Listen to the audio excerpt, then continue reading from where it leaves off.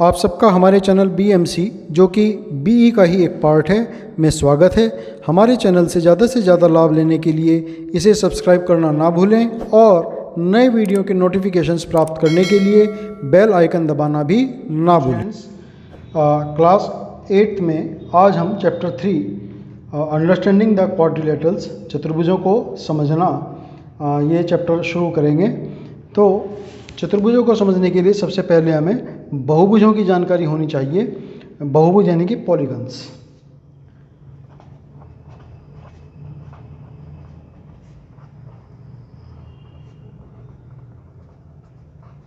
तो यहाँ पर मैं कुछ फिगर्स बनाऊंगा जिनमें से कुछ तो बहुभुज हैं और कुछ बहुभुज नहीं हैं। जैसे अगर मैं कहूँ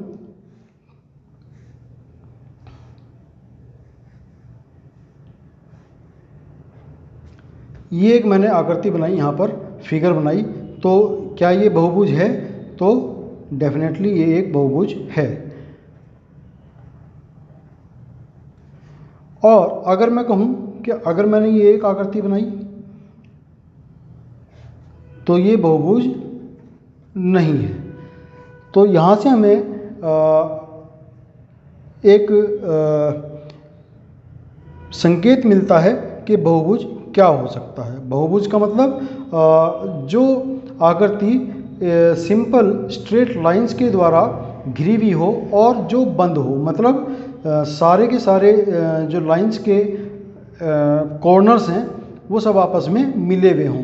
जैसे यहाँ पर सेकंड वाली में हमारी लाइंस यहाँ पर क्रॉस कर जाती हैं और आगे बढ़ जाती हैं और ये दोनों हमारे एंड्स लाइंस के दोनों मिले हुए नहीं हैं। तो इसलिए हमने इसको बहुभुज नहीं कहा और इसको हमने बहुभुज कहा है। इसी तरीके से और एग्जाम्पल हम दे सकते हैं। जैसे ये भी एक बहुभुज है। ये तो हमारा बहुभुज है ही, रेक्टेंगल जिसको हम बोलते हैं। ये स्क्वायर, ये ट्रायंगल, ये सभी बहुभुज हैं।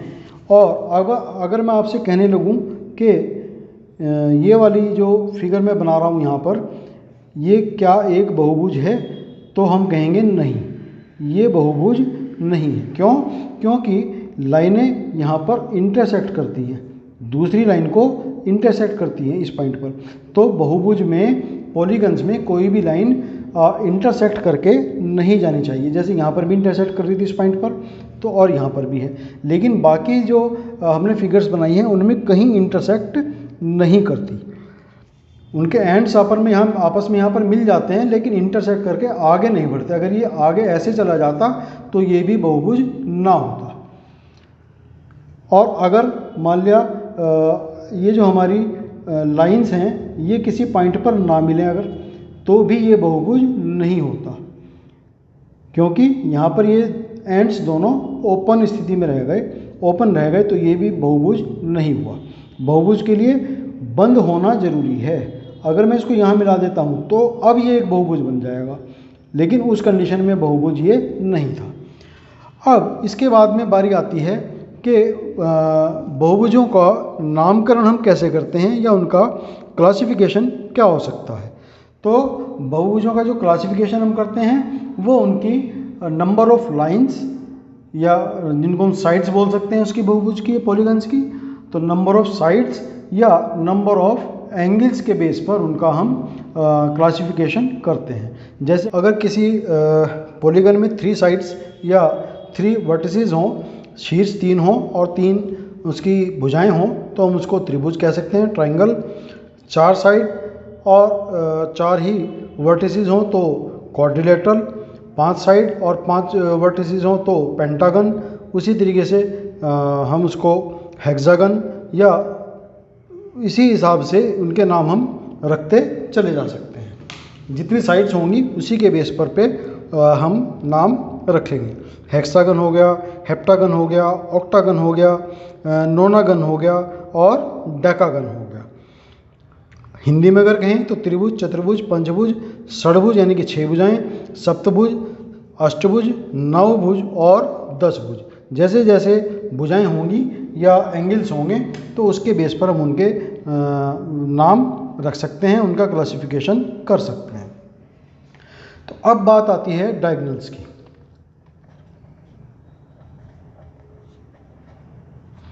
डायगोनल्स क्या होते हैं? अगर हम किन्हीं दो नॉन कंजिक्यूटिव वर्टिसेस को आपस में मिला दें, नॉन कंजुगेटिव मतलब जो आसन्न शीर्ष हैं, जो पड़ोसी शीर्ष हैं, उनको छोड़ करके बाकी जो वर्टिसेस हैं उनको आपस में मिला दें, तो जो हमें लाइन मिलेगी, जो हमें साइड मिलेगी, उसको हम क्या कहेंगे? उसका किसी भी पॉलीगन का डायगोनल उसको वहाँ पर कह सकते हैं। जैसे यहाँ पर मैं कुछ एग्जांपल देता हूँ। ये एक रेक्टेंगल है, तो ये वाले शीर्ष को, ये वाले वर्टिसेस को देखो, इसके लिए ये कंजिक्यूटिव हो गया और ये कंजिक्यूटिव हो गया, तो यानी कि इन दोनों को छोड़ करके बाकी एक ये वाला बचा, इसको अगर मैं मिला दूं तो ये क्या हो गया? एक डायगोनल हो जाता है इस रेक्टेंगल का। ऐसे ही अगर मैं इस वाले वर्टिसेस के लिए बात करूं तो ये और ये दोनों इसके क्या हो गए? आसन्न शीर्ष हो गए, इसके नॉन कंजिक्यूटिव वर्टिसेस हो गए। तो इन दोनों को छोड़ करके ये बचा हुआ है, इसको मैं मिला दूं यहाँ से, तो हम देखते हैं रेक्टेंगल के हमें दो यहाँ पर डायगोनल्स मिल जाते हैं। ऐसे ही अगर मेरे पास कोई पंचभुज है,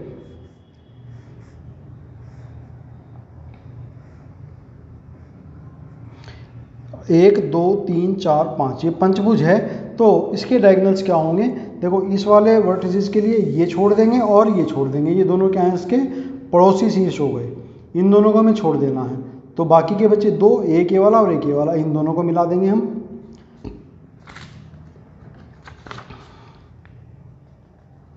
तो ये दो हमें इसके पेंटागन के डायगोनल्स मिल जाते हैं। ऐसे ही और भी बचे हुए हैं। इस वाले शीर्ष की बात करेंगे तो इसके लिए ये वाला और ये वाला, ये दोनों कैसे होंगे? नॉन कंजिक्यूटिव वर्टिसेस होंगे, तो बाकी बचे ये और ये, इन दोनों को हमें मिला देना है। अब इस वाले अगर हम की बात करें तो इसके लिए ये और ये दोनों नॉन कंजिक्यूटिव होंगे, तो बाकी के बचे ये और ये वाला तो पहले ऑलरेडी मिला हुआ है, इसको और मिला देंगे हम। तो ये इसके पांच पेंटागन के पांच डायगोनल्स हमें यहाँ पर मिल जाते हैं इस प्रकार से। क्वाड्रिलेटरल का हो गया, पेंटागन का हो गया। अब अगर मैं एक और क्वाड्रिलेटरल बनाऊं, जैसे मैंने ये क्वाड्रिलेटरल बनाया है, तो अगर मैं इस वाले वर्टिसेस को, इस वाले शीर्ष को मिलाना है मुझे, तो इसके दो पड़ोसी कौन कौन से हो जाएंगे? ये और ये। बाकी बचा कौन सा? ये वाला, तो हम इसको मिला देंगे यहाँ पर। फिर इसके लिए ये वाला पड़ोसी हो गया और ये वाला पड़ोसी हो गया, तो दूर का कौन सा हुआ? ये वाला, इसको हम यहाँ से मिला देंगे। तो ये इसके दो डायगोनल्स हो गए, इनके अलावा और कोई हो नहीं सकता। तो इस प्रकार से हमने देखा कि डायगोनल्स का मतलब क्या हुआ कि किन्हीं भी दो नॉन कंजिक्यूटिव वर्टिसेस को अगर हम किसी लाइन सेगमेंट से मिला देंगे तो जो लाइन सेगमेंट हमारा होगा वो उस पॉलीगन का डायगोनल वहाँ पर बन जाता है। अब यहाँ पर हमने एक चीज़ नोट की कि इसके अंदर जो डायगोनल्स हैं वो सारे के सारे इस पॉलीगन के इंटरनल पार्ट के अंदर हैं, उसके अभ्यंतर में हैं। इसके अंदर हम बात करें, ये इसके भी सारे जो डायगोनल्स हैं वो सारे इसके इंटरनल में हैं। जबकि यहाँ पर अगर हम बात करें इस वाली फिगर में, तो ये वाला डायगोनल तो इसके इंटरनल में है और जबकि ये वाला डायगोनल इसके एक्सटर्नल पार्ट में है। तो ऐसे जो क्या नाम हमारी फिगर्स होंगी जिनमें कोई भी डायगोनल्स उसके एक्सटर्नल पार्ट में आ जाएगा, तो वो उसको हम क्या कहेंगे? कॉनकेव पॉलीगन्स यहाँ पर बोलते हैं। ये हमारा हो गया कॉनकेव पॉलीगन। हिंदी की अगर बात करें तो इसको हम हिंदी में बोलते हैं अवतल बहुभुज। और ये दोनों जो हमने बनाए हैं ये दोनों हैं कॉन्वेक्स पॉलीगन। मीन्स उत्तल बहुभुज। तो कोई भी ऐसा फिगर जिसका डायगोनल अगर उससे सभी डायगोनल उसके उसके इंटरनल पार्ट में हैं, अंदर हैं, उसके फिगर के अंदर ही अंदर हैं, तो हम उसको बोलेंगे उत्तल बहुभुज, कॉन्वेक्स पॉलीगन। और अगर कोई भी एक डायगोनल उसका एक्सटर्नल पार्ट में हो जाएगा तो हम उसको बोलेंगे कॉनकेव पॉलीगन या अवतल बहुभुज। अब इसके बाद में बारी आती है रेगुलर और irregular polygon.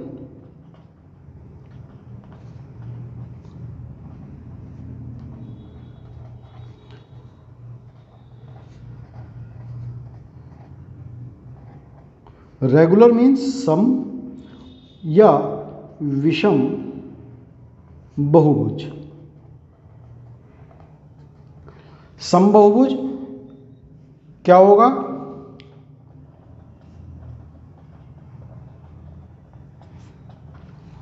all the all the sides और all the angles, सभी भुजाएं और सभी कोण यदि बराबर हों, आपस में बराबर हों, तो उसे हम क्या कहेंगे? समबहुभुज कहेंगे।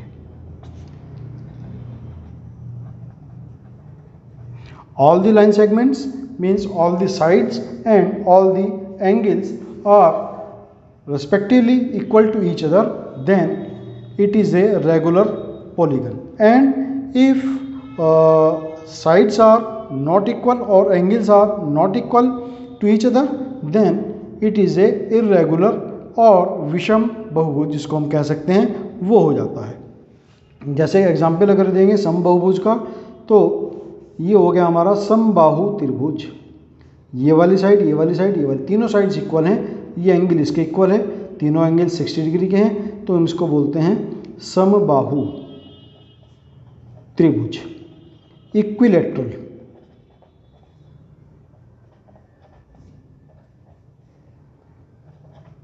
ट्रायंगल।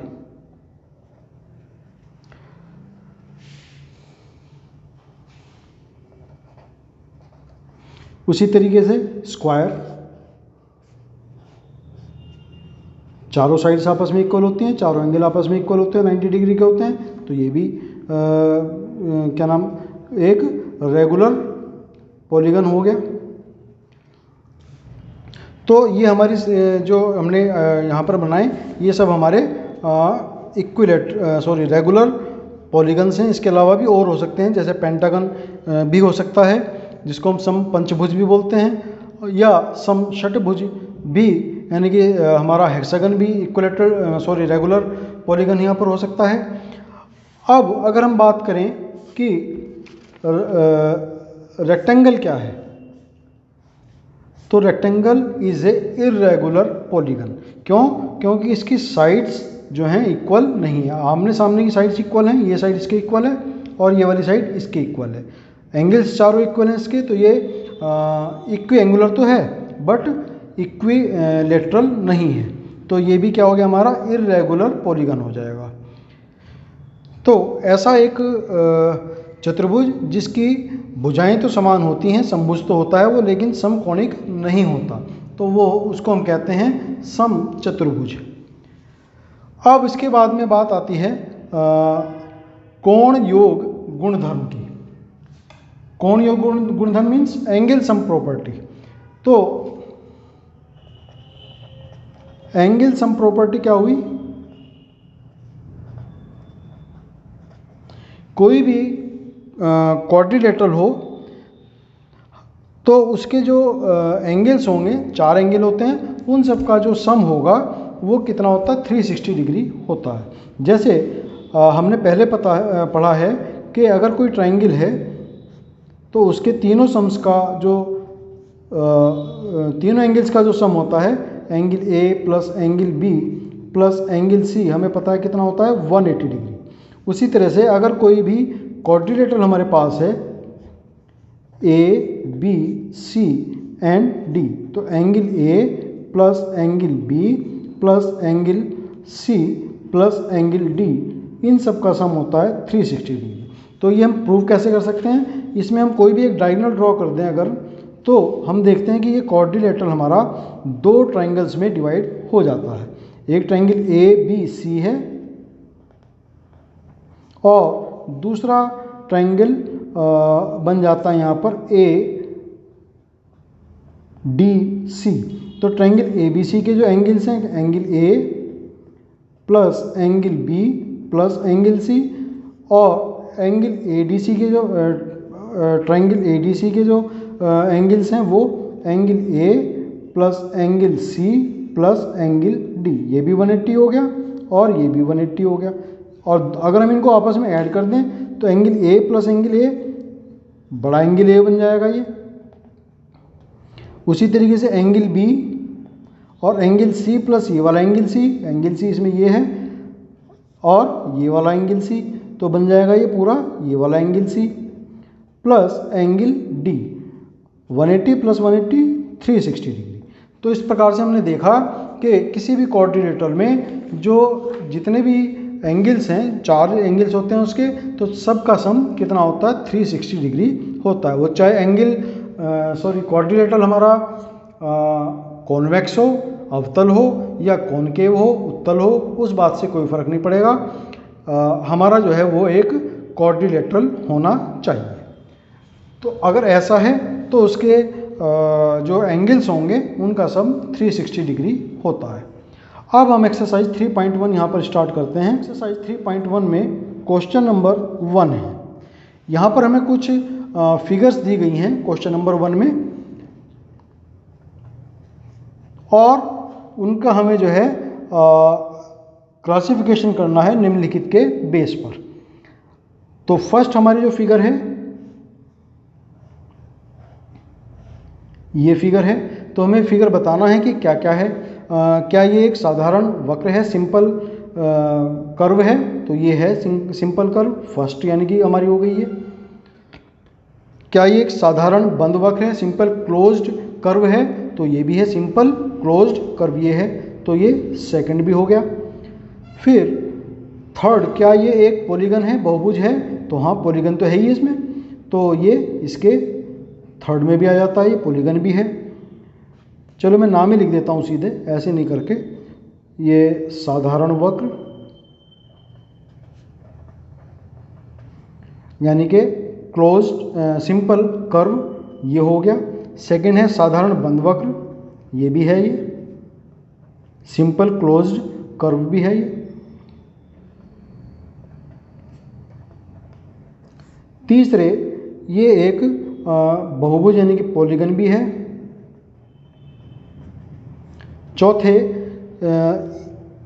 क्या ये उत्तल बहुभुज है, मीन्स कॉन्वेक्स की है या कॉनकेव है, तो हम देखते हैं कि इसका एक पॉलीगन यहाँ पर बाहर जाता है, इससे एक्सटर्नल पार्ट में जा रहा है, तो यानी कि ये एक कॉनकेव पॉलीगन है, तो डी वाला पार्ट इसका इसमें लागू नहीं होगा, यानी कि उत्तल नहीं है, ई पार्ट इसका लागू हो जाएगा। अवतल बहुभुज ये है, अवतल बहुभुज यानी कि कॉनकेव पॉलीगन ये हमारा हो गया। फिर सेकंड फिगर देखते हैं क्या है। सेकंड फिगर ये है एक काइट। तो अब इसके बारे में बात करेंगे, क्या ये सिंपल कर्व है, तो डेफिनेटली ये एक सिंपल कर्व भी है, साधारण वक्र है ये। सेकंड, क्या ये साधारण बंद वक्र भी है, सिंपल क्लोज्ड कर्व वो भी है, ये डेफिनेट है, साधारण बंद वक्र क्लोज्ड कर्व। तीसरा, क्या ये बहुभुज है, तो इसमें 4 भुजाएं हैं और 4 ही इसमें एंगल्स हैं, तो ये एक बहुभुज यानी कि पॉलीगन्स भी है। फोर्थ, क्या ये एक उत्तल बहुभुज है या अवतल बहुभुज है, मीन्स कॉन्वेक्स है कि कॉनकेव है, तो हम देखते हैं कि इसकी दोनों डायगोनल्स इसके अंदर ही हैं, इनसाइड द फिगर, तो यानी कि ये क्या हो गया, एक उत्तल बहुभुज हो गया, कॉन्वेक्स पॉलीगन। फिर तीसरी फिगर है,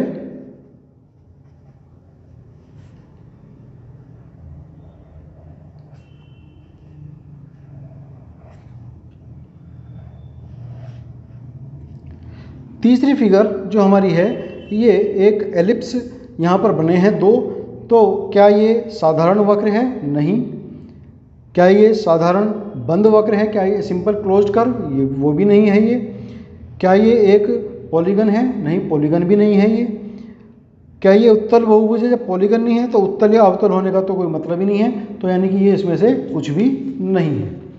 फिर इसके बाद में है फोर्थ फिगर जो है, फोर्थ फिगर है, ये एक स्टार बनाया है यहाँ पर।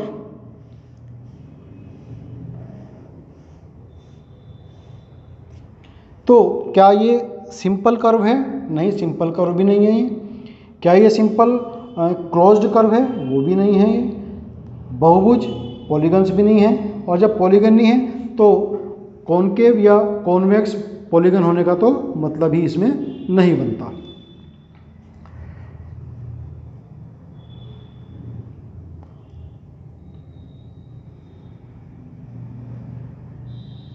फिर जो फिफ्थ फिगर है वो है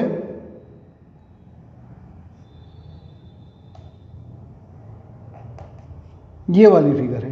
तो यहाँ पर हम देखते हैं कि क्या ये एक साधारण वक्र यानी कि सिंपल कर्व है वास्तव में ये एक साधारण वक्र यानी कि सिंपल कर्व है। फिर क्या ये एक सिंपल क्लोज्ड कर्व है? वो भी है, बंद है, ये साधारण बंद वक्र है। क्या ये बहुभुज है? नहीं, बहुभुज तो ये नहीं है, और जब बहुभुज नहीं है तो ना तो ये उत्तल है और ना ही अवतल है। फिर उसके बाद में सिक्स्थ फिगर है,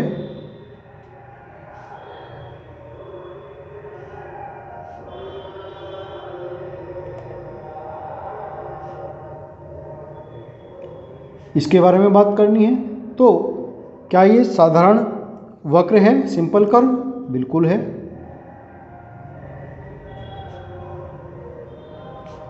साधारण बंद वक्र भी है ये, सिंपल क्लोज्ड कर्व, लेकिन बहुभुज ये नहीं है। और जब बहुभुज नहीं है तो ना तो ये कॉन्वेक्स होगा और ना ही ये कॉनकेव होगा। फिर इसके बाद में सेवेंथ जो फिगर है वो है ये एक सर्किल, ये हमारी फिगर है।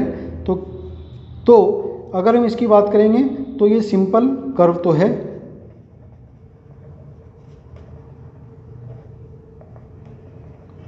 सेकेंडली सिंपल क्लोज्ड कर्व भी है ये,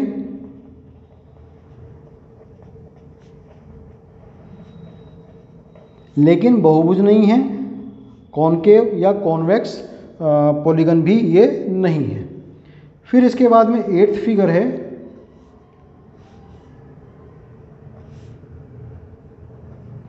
तो ये वाली फिगर तो कुछ भी नहीं बनती। ना तो ये सिंपल कर्व है, ना ही ये सिंपल क्लोज कर्व है, ना ही ये पॉलीगन है, ना ही ये क्या नाम आपका कॉन्वेक्स है, ना ही कॉनकेव पॉलीगन है, कुछ भी ये नहीं है। तो ये क्वेश्चन नंबर 1 हमारा यहाँ पर कंप्लीट हो जाता है। क्वेश्चन नंबर 2 हम करेंगे। इसमें निम्नलिखित प्रत्येक में कितने विकर्ण हैं? How many diagonals are there in following figures? तो सबसे पहला है उत्तल चतुर्भुज,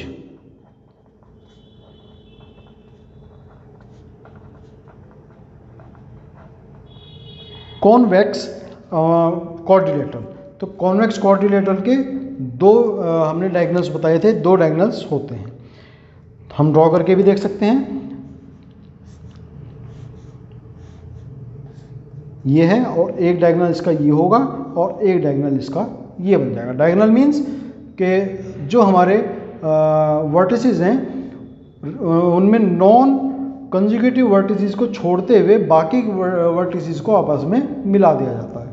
तो यहाँ पर हम देखते हैं इसके 2 वर्टिसेस हमें 2 डायगोनल्स हमें मिल जाते हैं। फिर बी है एक सम षडभुज, मीन्स अ रेगुलर हेक्सागन।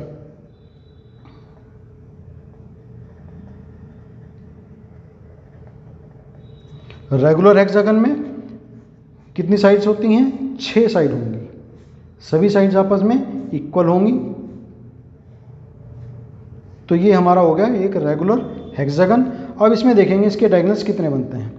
ये वाले जो वर्टिसेस है इसको हम छोड़ेंगे, यहाँ से और यहाँ से नहीं मिलाएंगे क्योंकि ये दोनों नॉन कंजुगेटिव में आ जाते हैं। बाकी जो डायगोनल्स हैं उनको हम मिला देंगे।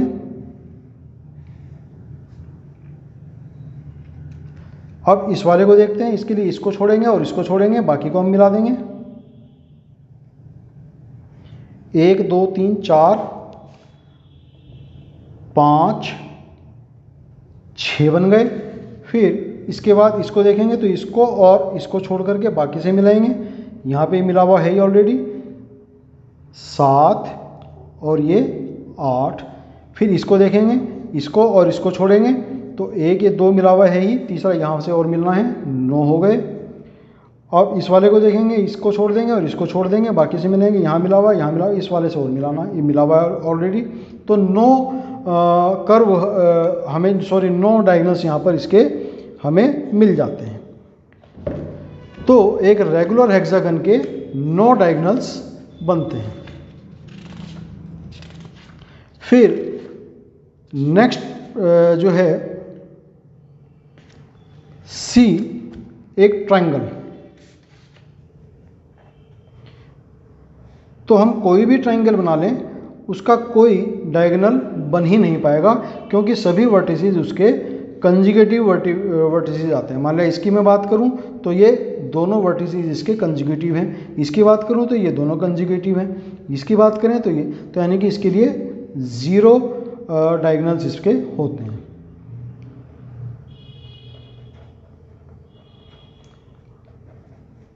तो इस प्रकार से क्वेश्चन नंबर 2 हमने यहाँ पर कंप्लीट किया है। अगर आपको मेरा वीडियो पसंद आया हो तो लाइक ज़रूर करें और ज़्यादा से ज़्यादा शेयर करें, जिससे ज़्यादा से ज़्यादा स्टूडेंट्स, छात्र छात्राएं इनका लाभ उठा पाएँ। धन्यवाद। आपका दिन शुभ हो।